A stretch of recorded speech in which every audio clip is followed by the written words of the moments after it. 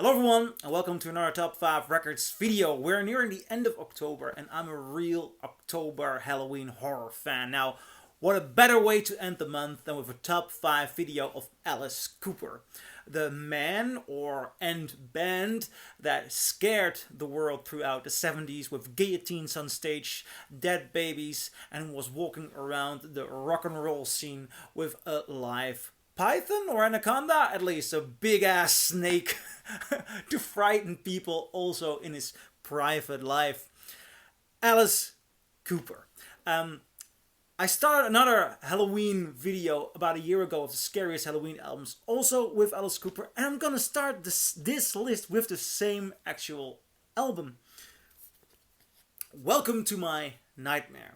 I was lucky enough to find, about a year ago, a first US pressing of this, and it sounds incredible. This is also, well, obviously because I made the video about that, one of my favorite Halloween albums, because on this album there is a shift in the fright and shock factor. This becomes more of a horror scary carnival ride. Welcome to My Nightmare plays just as a song as Devil's Food and Black Widow with the theme of horror much more, where before this he was a generally frightening person. This is more of a carnival ride, and I can tell you this time of year I love a good carnival ride. This album sounds full brilliant. Bob Ezrin did a great job as a producer. There's a special guest appearance of Vincent Price. So if you've still got your Halloween playlist to choose, go Welcome to My Nightmare by Alice Cooper. On number 5. On number 4, this is a real awesome album. Killer, one of my more recent purchases in the world of Alice Cooper. This is a raw, nice rocker. It has some very good songs on here. Under My Wheels is good. Halo of Flies is good. Be My Lover. Killer. Dead Babies is on here, which is a pretty tough song. But here you can notice the songwriting, the quality. This music is dangerous, and this is one great album. Really love it. On number 4, Killer. On number 3, one of the albums which is oldest in my collection, as a matter of fact. Yeah, when I started listening to Alice Cooper, this was one of my first purchases. School's Out. I found it at a thrift store for about €1.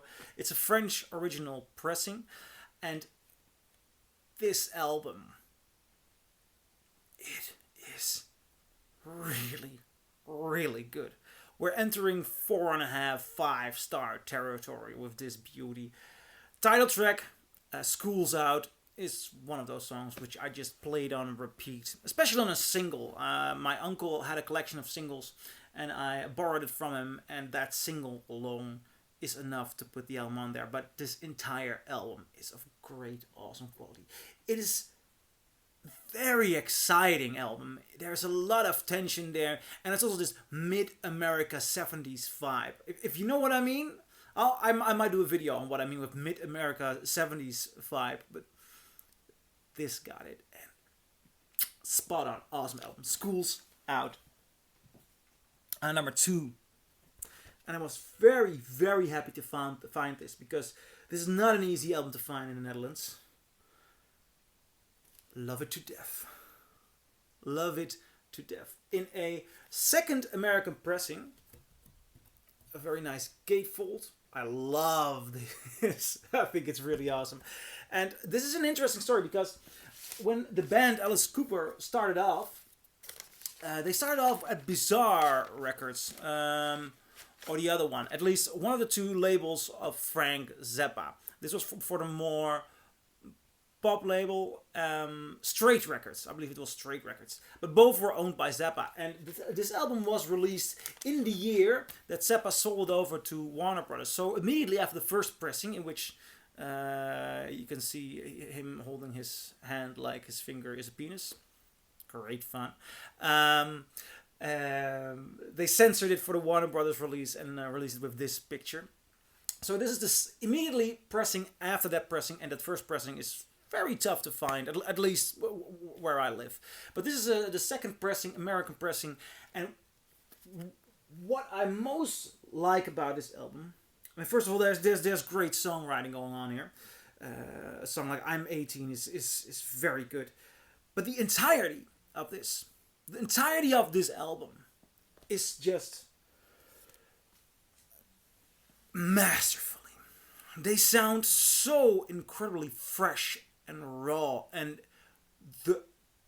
there's a dryness to it in the studio, in the way of recording, a beautiful dryness which really shows what this band was capable of.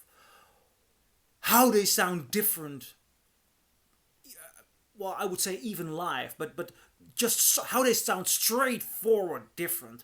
How they've got a new attitude. How they are seriously dangerous. And that's so good. A song like, I believe it's Black Juju. Masterfully. They take risks. This is one masterpiece of an album. And I love it to death. On the number 2 spot. So what is my favorite Alice Cooper album? I think the fans of Alice Cooper already saw it coming. $1 Billion Babies. Now this... Oh, the record is falling out, you know? Oh yeah, I put the record in there so I wouldn't have to fold it out in, all the way. There's also this this dollar bill yet in here. I'm not sure if you can see it. This is the first British pressing, and I've heard that it's supposedly with the right dead wax, it's the best pressing, and this has that. But you know, I'm not gonna nag on about the pressing. This album is one of those rare records. From beginning to end, every song is just sheer brilliance. I mean, let me get into it. What you have here, side 1, Hello Hurrah. Masterful opener. I mean, there's a sheer confidence in the song, in the vocals. You can hear this, the conviction and the way vocalist Alice Cooper, because he changed his name into Alice Cooper after the band members left or there was a fight. Vocalist Alice Cooper is completely out there.